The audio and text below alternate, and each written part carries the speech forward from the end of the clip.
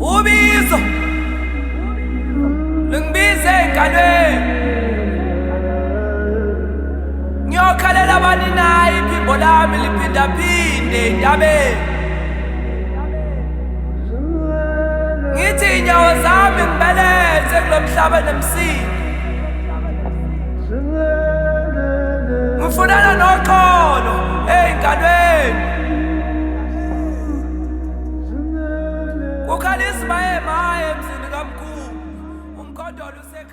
Sawubona to you, sawubona to yours, from one great spirit to another. Igama lami uThulane Malevu. Welcome to Ubizo. Today we speak of the greatest theft of all, not the gold, not the land, but the story. Because when they could not kill our spirit, they rewrote it. They stole the script and cast themselves as saviors. But truth is not lost, it is only buried. And every generation must dig it back out with its tongue. They said we had no history. They said we had no voice. But what they meant was our history cannot compete with yours. Before the ships came, we were already scholars of the cosmos. We charted orbits in Ife. We built observatories in Nubia and carved libraries into sandstone in Timbuktu. Knowledge lived in rhythm, not in Roman letters. It was sung in initiation lodges, danced in rain rituals, and spoken through praise poetry and proverbs. Then came the missionaries, the merchants, and the map makers, and with them the editors of memory and history. They called our kingdoms tribes, our libraries villages, our gods pagan. The papal bulls gave them the right to erase and rewrite.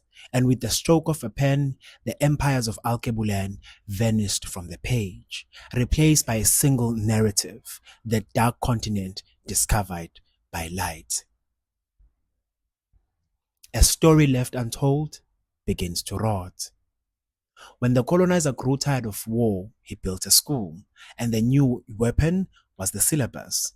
The 19th century saw missionary schools spread like military outposts, the Bible in one hand, the chalk in the other. They preached humility, not sovereignty, obedience, not imagination. They called it civilizing, but it was a soft war, a war fought in ink and repetition. They told us that civilization began in Greece, that salvation came from Rome, that the Queen of England ruled by divine right, and that our stories were superstition. They made us compete for validation and called it education. To pass meant to imitate. To fail meant to vanish. They took the child of the soil and taught him to fear the very dust that bore him. They did not burn our stories, they rewrote them. They did not silence our tongues, they taught us to shame them. They did not call our gods or kill them, they renamed them. Once the classroom was conquered, the camera arrived. The Bible had already baptized the mind, now the newspaper and the screen baptized the eye. The first photographs of Alkebulan Africa were not portraits, they were propaganda. Black bodies catalogued like artifacts, smiling natives beside missionaries, bare feet beside Bibles. In print, we were portrayed as primitive. In cinema, as comic relief. In news, as tragedy. This was not journalism, it was justification. From London to Lisbon, they told one story. Alkebulan needed saving, and every empire loves a savior story. Then came Hollywood, and the moving image replaced the moving sermon. Tarzan replaced the griot, the jungle replaced the city, the spear replaced the pen, and the world believed it. But the truth has its own metabolism. It survives censorship, it hides in rhythm, in the heartbeat, in the hymn. Every drum beat said what the newspaper refused to print. We are still here. Amanga awaphili isikhathi eside. Lies do not live long. The ancestors are reclaiming the narrative. Their children are picking up the pen, the mic, the lens.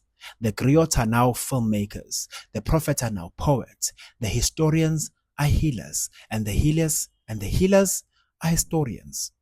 Every post, every documentary, every verse is an act of resurrection. Because to tell your own story is to raise the dead. We are not waiting for permission to be written into history.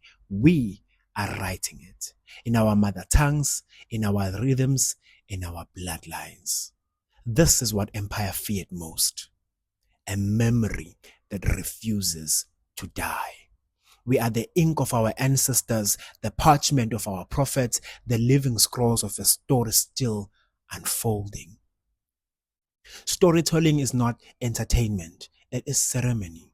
It summons what was scattered, it stitches what was severed, it heals what was hidden. Every word carries frequency, every truth carries a name, every name calls a spirit. That is why the colonizer feared the storyteller more than the soldier, because the story shapes the spirit. The colonizer's narratives were not neutral. There were spells of smallness designed to make you kneel, to make you doubt the divine within you. Our stories are counter spells of dignity, of divinity, and return. When we speak truth, we reweave the timeline. When we sing our names, we remind creation who we are. And when we remember, the land remembers too. Izwi lomuntu liyakhulisa noma liyabhidliza. A person's word can either build or destroy. They had the pen, they had the pulpit, they had the press, but we have the drum. We have the dream, we have the divine. History is returning home. The story is returning to its rightful storytellers. And this time, we write not to impress, but to remember. Until next time, okuhle, umusa, kanye nokukhanya ekuhambeni kwakho. Light, mercy, and blessings upon your journey.